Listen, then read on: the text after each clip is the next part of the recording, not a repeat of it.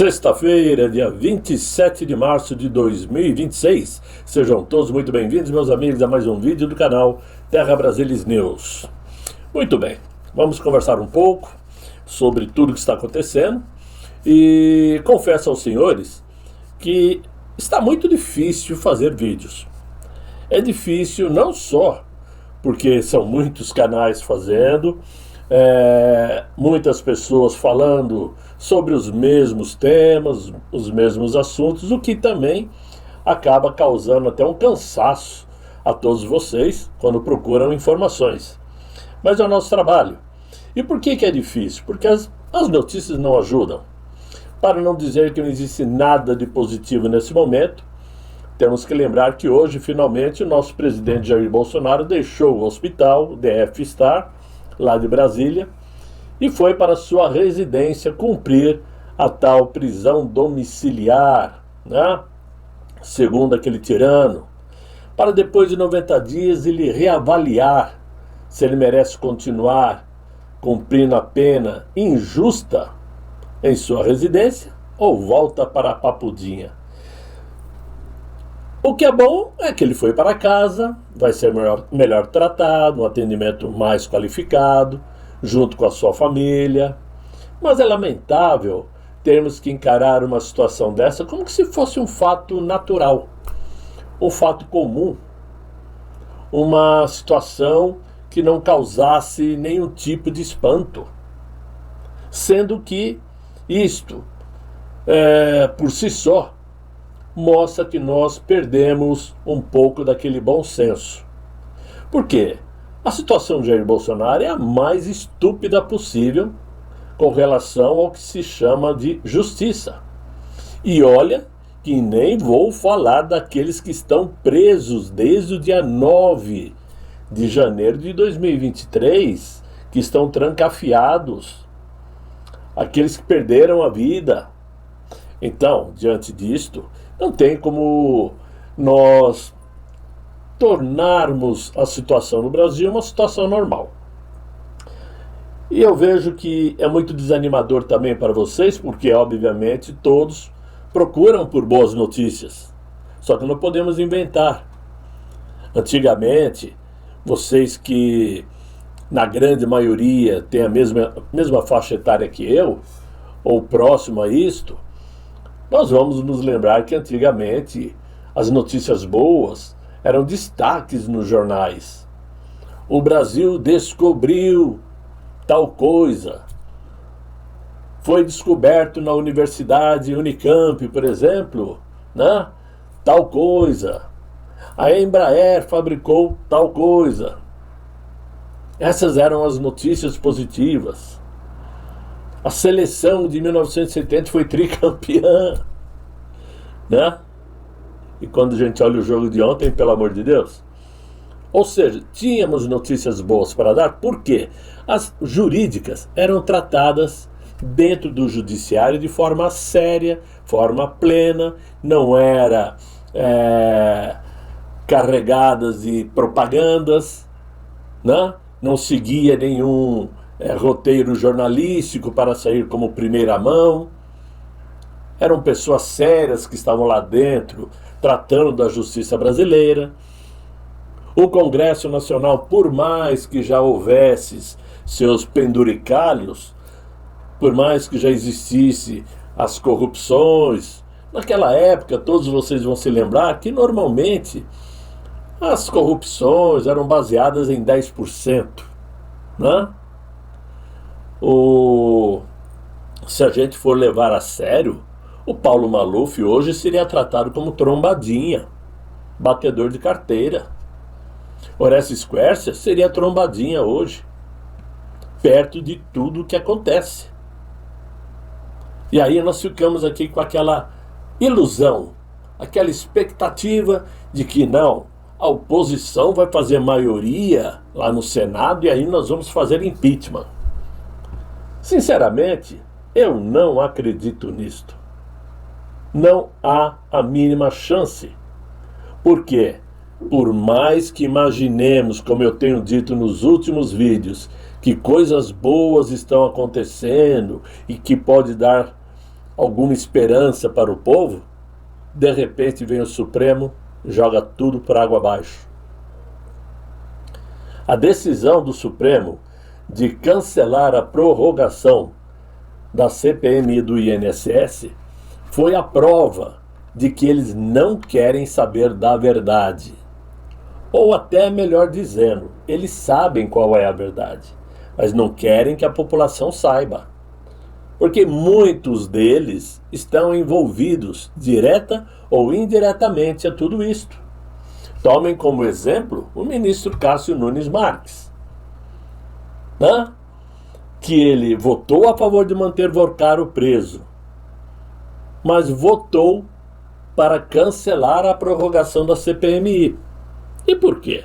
Obviamente porque a JBS, junto com o Master, mandaram para o, se não me engano, Tribunal de Contas lá do Piauí, mais de 200 milhões, acho que é isso, também o valor não importa.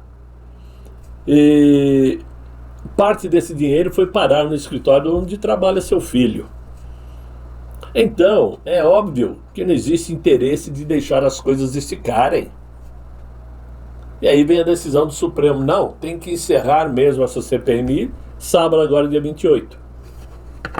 E aí, claro, na base da correria e cortando o trabalho pela metade, o Gaspar, que é o relator da CPMI, o Alfredo Gaspar, não é isso?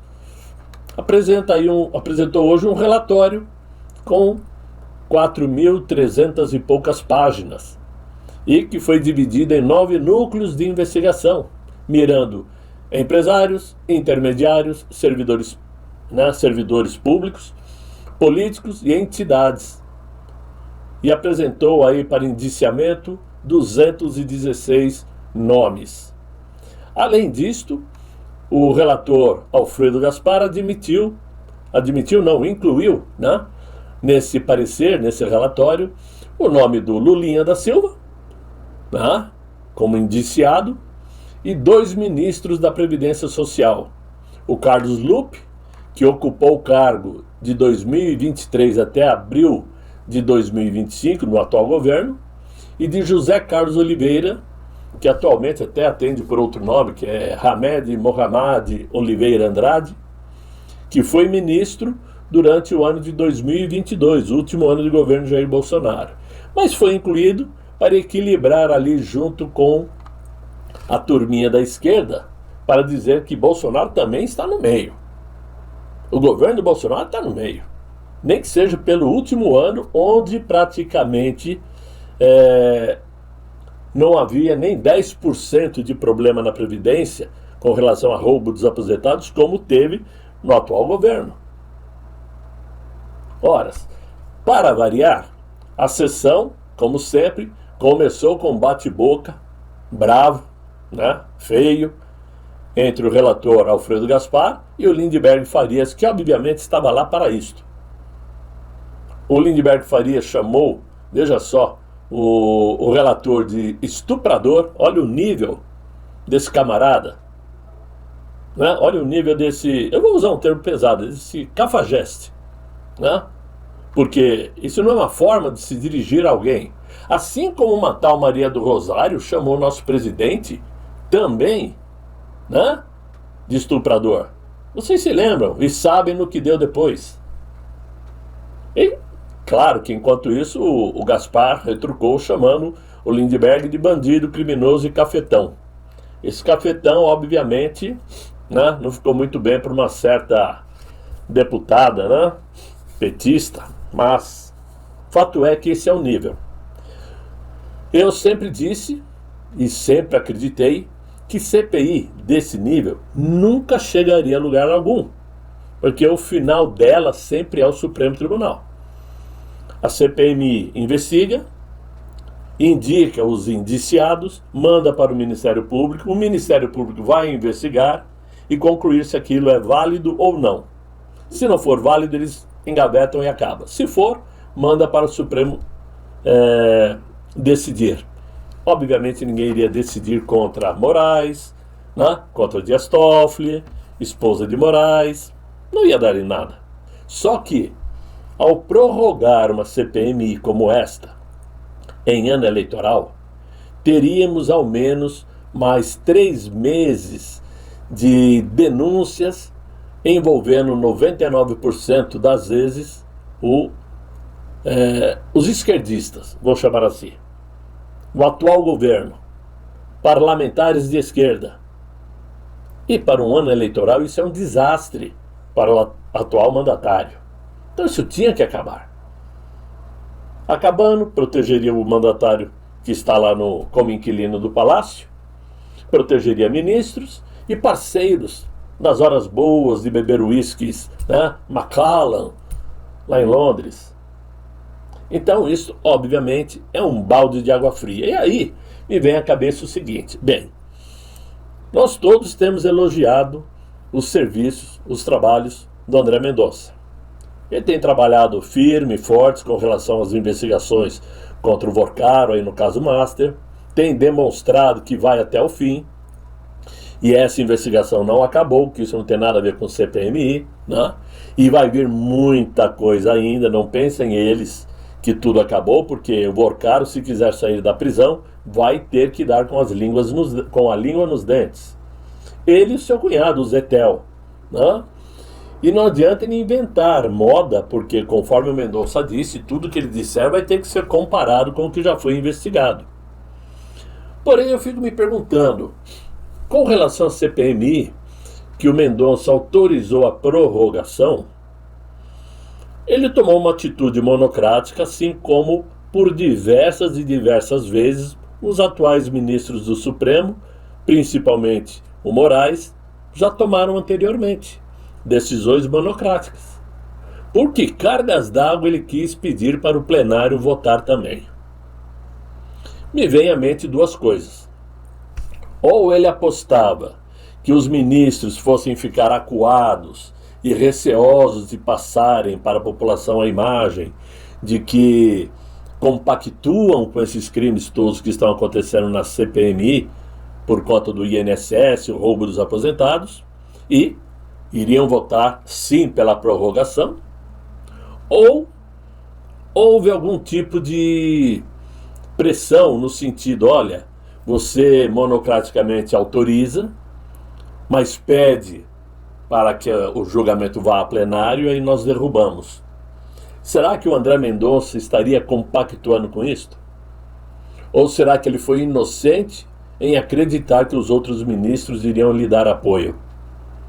Claro que isso fica na cabeça da gente, porque de qualquer forma perdemos mais uma vez, não é isso? Agora, analisar o Brasil nos dias de hoje exige, antes de tudo, separar aí a percepção, a frustração e os fatos estruturais da nossa realidade. Porque há sim um sentimento majoritário por parte da população de grande desconfiança em relação às instituições.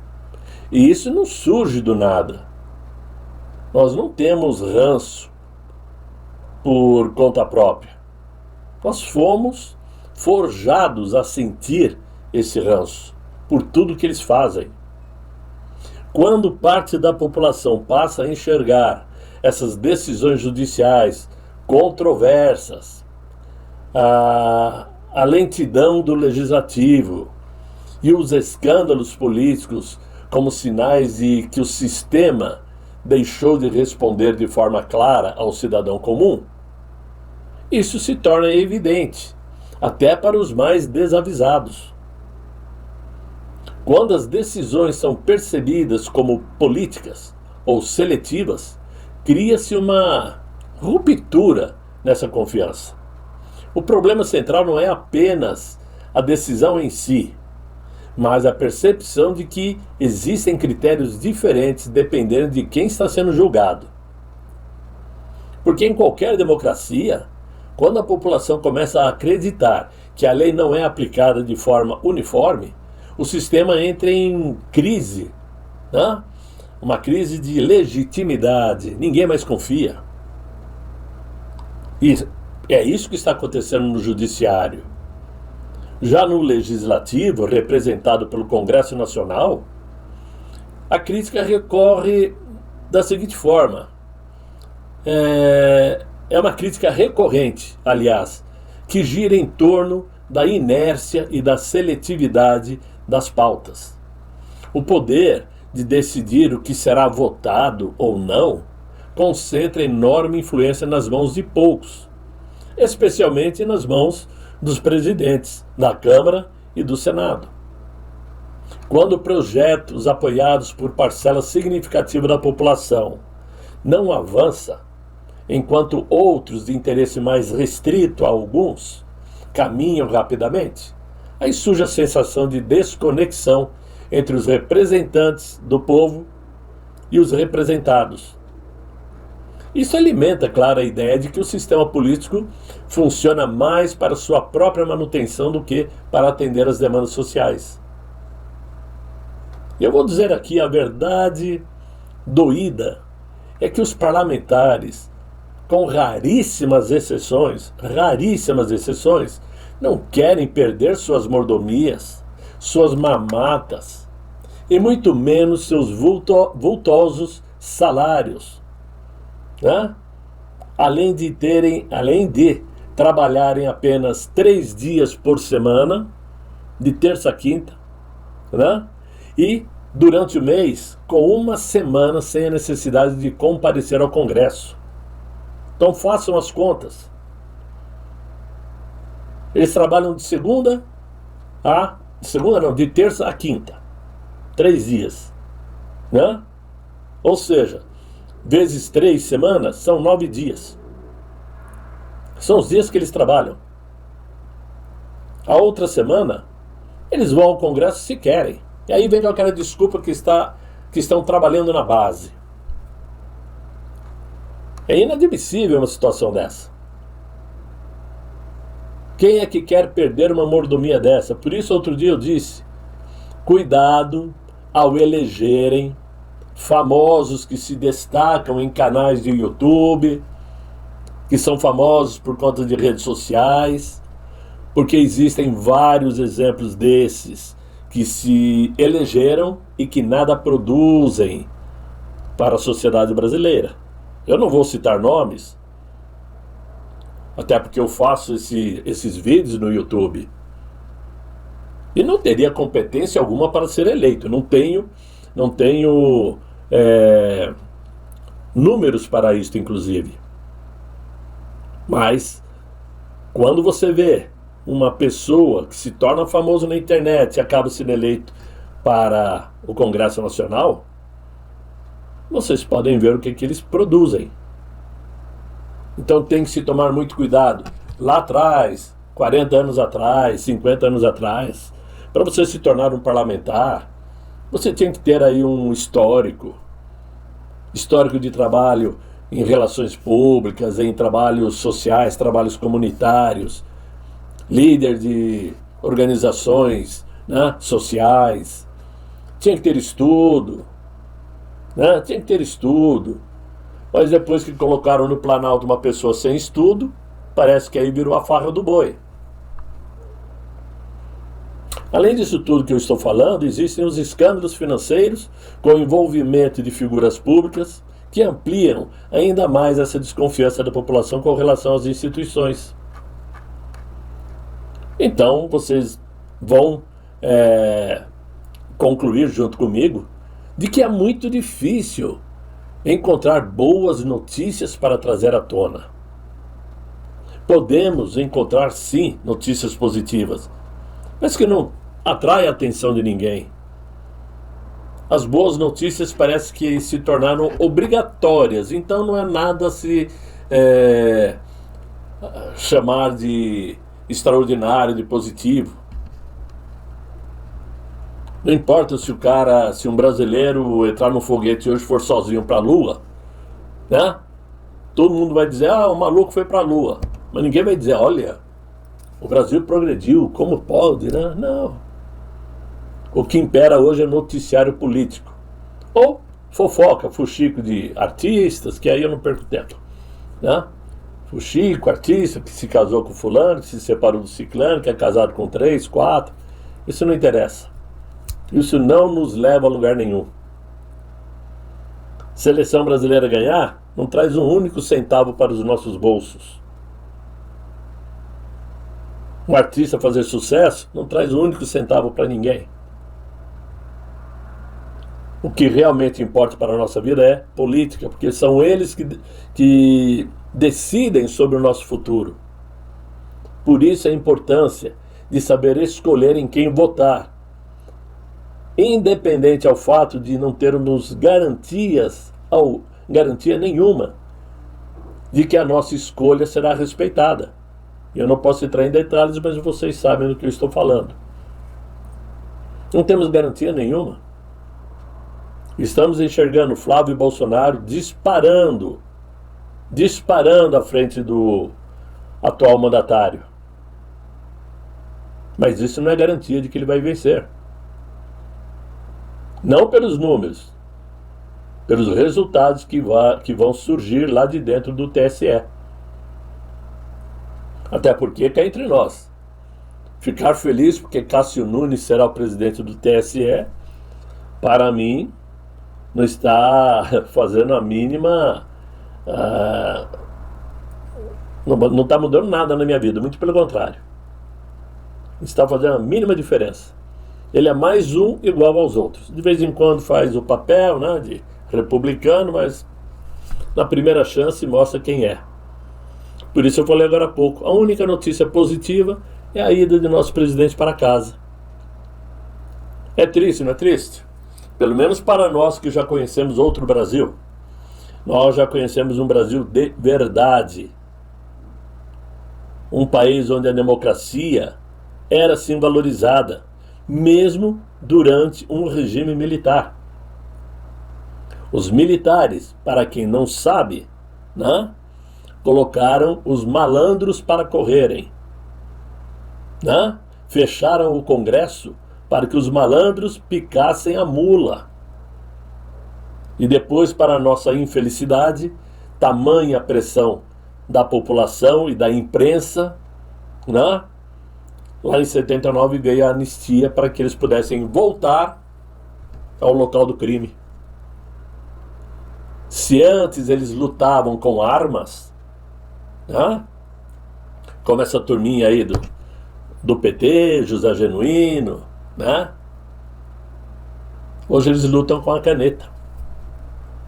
Mudaram a arma. Hoje é com a caneta. Assinou, tá feito. Para que guerrilha no Araguaia, né? Se agora basta a caneta no Palácio do Planalto. É assim que estamos. E esperar uma mudança, eu tenho pouca esperança de que na minha idade eu possa ver alguma mudança assim drástica, né? Fazer o Brasil voltar a ser democrático novamente. E olha só, eu não estou sendo pessimista, estou sendo realista. O nosso presidente, infelizmente, está adoecido. Ele sarou da bronquipneumonia, legal, bacana, voltou para casa, mas nem de perto é o mesmo homem. Ele está enfraquecido. Psicologicamente deve estar abaladíssimo. Imaginem os senhores a vida que ele tem levado, né? E em hipótese alguma vão dar a chance dele poder voltar. Em hipótese alguma. Para isso será necessário Flávio Bolsonaro ganhar, dar a graça a Jair Bolsonaro para que ele se livre das condenações, né? Mas mesmo assim, até o final de um governo de Flávio Bolsonaro, Jair Bolsonaro não tem mais a condição física de voltar.